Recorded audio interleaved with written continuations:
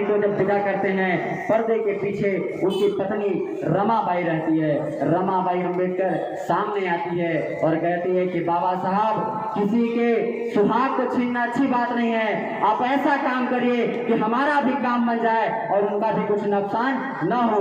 बाबा साहब अम्बेडकर को बाहर का भी दबाव था, बाबा साहब अम्बेडकर को अंदर का भी दबाव था और बाबा साहब अम्बेडकर फिर सोचने पे मजबूर हुए और वो मनहूस दिन आया कि 24 सितंबर 1932 को पूना पैक्ट समझौता हुआ और पूना पैक्ट से समझौते से बाबा साहब अम्बेडकर ने जो 2 वोट का अधिकार हमें दिया था, वो 2 वोट का अधिकार हमसे छीन लिया गया।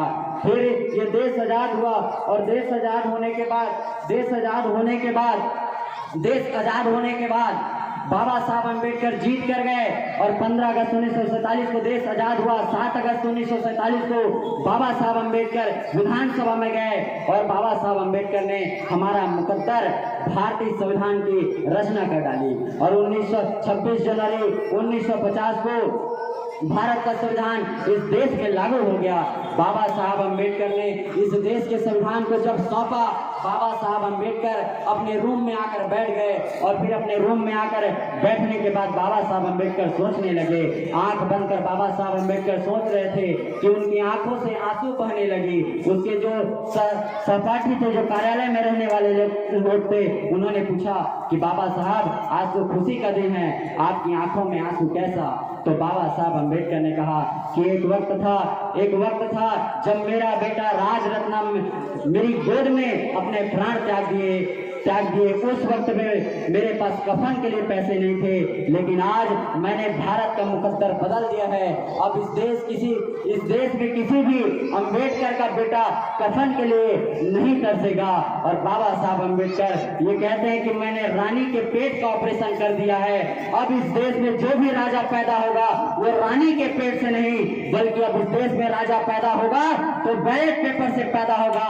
बाबा साहब अम्बेडकर ने इतना बड़ा परिवर्तन कर दिया और बाबा साहब अम्बेडकर ने एक व्यक्ति की एक समान वोट, 1 मैन 1 वैल्यू की उन्होंने एक नीति इस देश में ला दी। और बाबा साहब अम्बेडकर जब बीमार हुए, जब उनका उम्र का पड़ाव जब बढ़ने लगा और बाबा साहब अम्बेडकर जब अपने जिंदगी के आखिरी पड़ाव में थे, तब बाबा साहब अम्बेडकर एक शाम अपने गार्डन में बैठे थे और बाबा साहब अम्बेडकर ने ये सोच में पड़े थे कि जिस समाज के लिए मैंने निरंतर संघर्ष किया, जिस समाज के लिए मैंने अपने 4 बेटों की कुर्बानी दे दी, लेकिन वो समाज आज भी सोया हुआ है।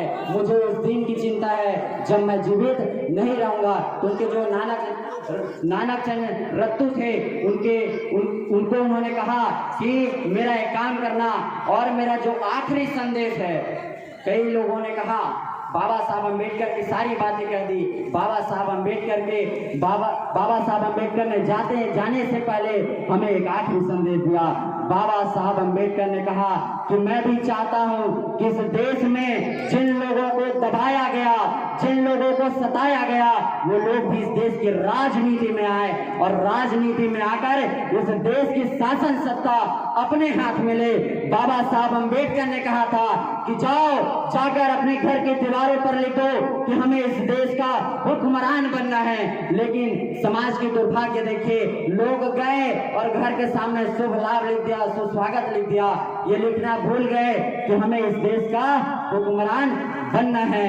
आज समाज की स्थिति ऐसी हो गई है कि बाबा साहब अम्बेडकर ने जिनके लिए संविधान लिखा, वो संविधान कुछ लोगों तक पहुंच पाया है, लेकिन जो संविधान बाबा साहब ने लिखा, जो भारत देश के देहात गांव में जिनके पास आज भी सुविधा नहीं है, उनके लिए बाबा साहब अम्बेडकर कहते हैं कि मैं एक ऐसे युवा की तलाश कर रहा हूं जो इस मिशन को, जो इस कारवां को आगे बढ़ाए। अब सब लोग बैठे। जब मैं बोलना शुरू किया उस वक्त महज 4 से 5 लोग थे। उस वक्त बाबा साहब अम्बेडकर युवा की तलाश कर रहे थे कि कोई युवा आए और इस जो मिशन, जो कारवां जो चल रहा है, इसे बढ़ाए। लेकिन उस वक्त कोई युवा नहीं मिला और आज के जो युवा हैं social media, Facebook, WhatsApp, Twitter, इसी दुनिया में भुलाए हुए आपका हक अधिकार छीन गया, आपका आरक्षण खत्म हो गया। आपने जब मुंह पे मास्क लगाकर जिस वक्त आप घूम रहे थे, आपकी शिक्षा लुट गई। आप 2 रुपए के चावल को और 2 गज जमीन को